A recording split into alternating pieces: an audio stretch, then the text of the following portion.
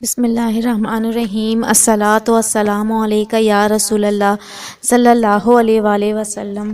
السلام علیکم معزز ناظرین، آج کی اس ویڈیو میں حضرت آدم علیہ السلام کے بارے میں بتائیں گے کہ کس طرح وہ جنت سے نکالے گئے۔ اللہ تعالیٰ یہ بات بخوبی جانتا تھا کہ اس زمین کو انسان کی اشد ضرورت ہے۔ زمین میں بنائے گئے پھل پھول، درخت، چشمے، دریا، پھول، بوٹے، مختلف قسم کے پھل اور انسان کے لیے ہر شے موجود تھی۔ اللہ تعالیٰ نے جو نادر نایاب چیزیں پیدا کی تھیں وہ سب انسانوں کے لیے ہی تھیں۔ فرشتوں کو ان چیزوں کا بالکل بھی ضرورت نہیں تھی۔ فرشتوں کا وجود نور ہے، روشنی سے بنے ہیں۔ وہ آسمانوں میں رہ کر اللہ کی عبادت کر رہے ہیں۔ دنیاوی غذا کی انہیں بالکل بھی ضرورت نہیں، نہ ان کو بھوک لگتی ہے نہ پیاس۔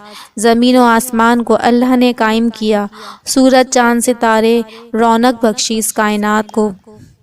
جب ابلیس نے یہ دیکھا کہ اللہ تعالیٰ نے حضرت آدم اور حوا کو عزت دیتے ہوئے انہیں جنت میں رہنے کا حکم دے دیا ہے تو حسد کی آگ میں جل گیا اور انسانی دشمن کا عملی مظاہرہ کرتے ہوئے انہیں جنت سے نکلوانے کے لیے چالیں چلنے لگا۔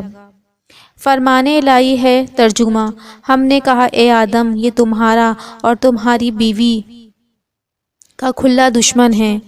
خیال رکھنا ایسا نہ ہو کہ یہ تم دونوں کو جنت سے نکلوا دے، پھر تم مصیبت میں پڑ جاؤ گے۔ یہاں تو تمہیں آرام ہے، نہ تمہیں بھوک ستاتی ہے، نہ تم برہنہ رہتے ہو، نہ تمہیں پیاس لگتی ہے اور نہ ہی دھوپ ستاتی۔ حضرت آدم اور حوا جنت میں آرام اور سکون سے رہنے لگے اور شیطان انہیں بہکانے کے لیے مسلسل ان کا پیچھا کرتا رہا۔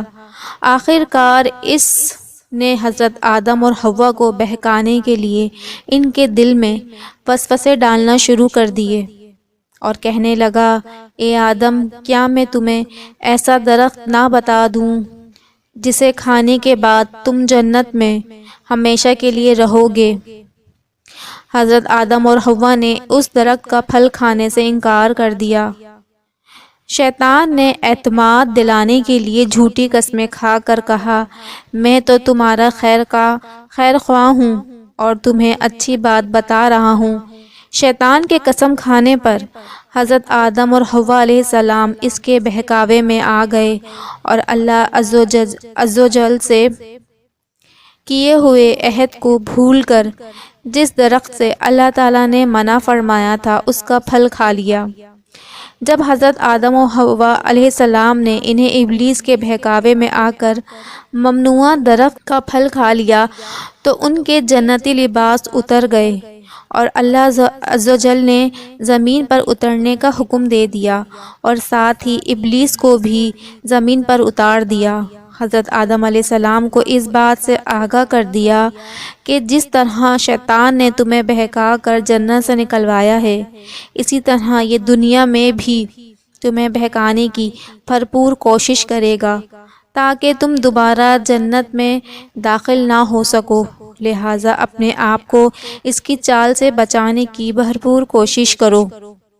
فرمان الہی ہے ترجمہ: اللہ نے فرمایا، تم سب اسی حالت میں زمین پر اتر جاؤ، تم ایک دوسرے کے دشمن ہوگے اور تمہارے لیے زمین میں رہنے کی جگہ ہے اور ایک مقررہ وقت تک فائدہ اٹھانے کا موقع ہے۔ اللہ نے فرمایا، تم آپس میں ایک دوسرے کے دشمن ہو، اب اگر تمہارے پاس میری طرف سے ہدایت آئے تو جو شخص میری ہدایت کی پیروی کرے گا وہ نہ تو دنیا میں گمراہ ہوگا اور نہ ہی آخرت میں تکلیف اٹھائے گا۔ رسول اکرم صلی اللہ علیہ وآلہ وسلم نے فرمایا، اللہ تعالیٰ نے جب آدم کو جنت سے زمین پر اتارا تو انہیں دنیا میں جینے کا ہنر بھی سکھا دیا اور جنت کے کچھ پھل بھی عطا فرمائے تھے۔ حضرت آدم اور حوا کو اللہ تعالیٰ نے جنت سے نکال کر زمین پر اتارا۔ زمین پر اترنے کے بعد انہیں جنت اور اس کی راحت و سکون والی زندگی یاد آئی اور انہیں اپنی غلطی کا احساس ہوا تو وہ فوراً اللہ سبحانہ و تعالیٰ کے حضور توبہ کرنے لگے، اور توبہ کے کلمات بھی اللہ عز و جل نے انہیں سکھا دیے تھے۔ فرمان الہی ہے ترجمہ۔ پھر آدم نے اپنے رب سے چند کلمات سیکھ لیے تو نے ان کی دعا قبول کی۔ بے شک وہی توبہ قبول کرنے والا ہے، بے حد رحم کرنے والا۔ حضرت آدم علیہ السلام کے دعائیہ کلمات یہ ہیں۔ ترجمہ: اے ہمارے رب، ہم اپنے آپ پر ظلم کر بیٹھے ہیں۔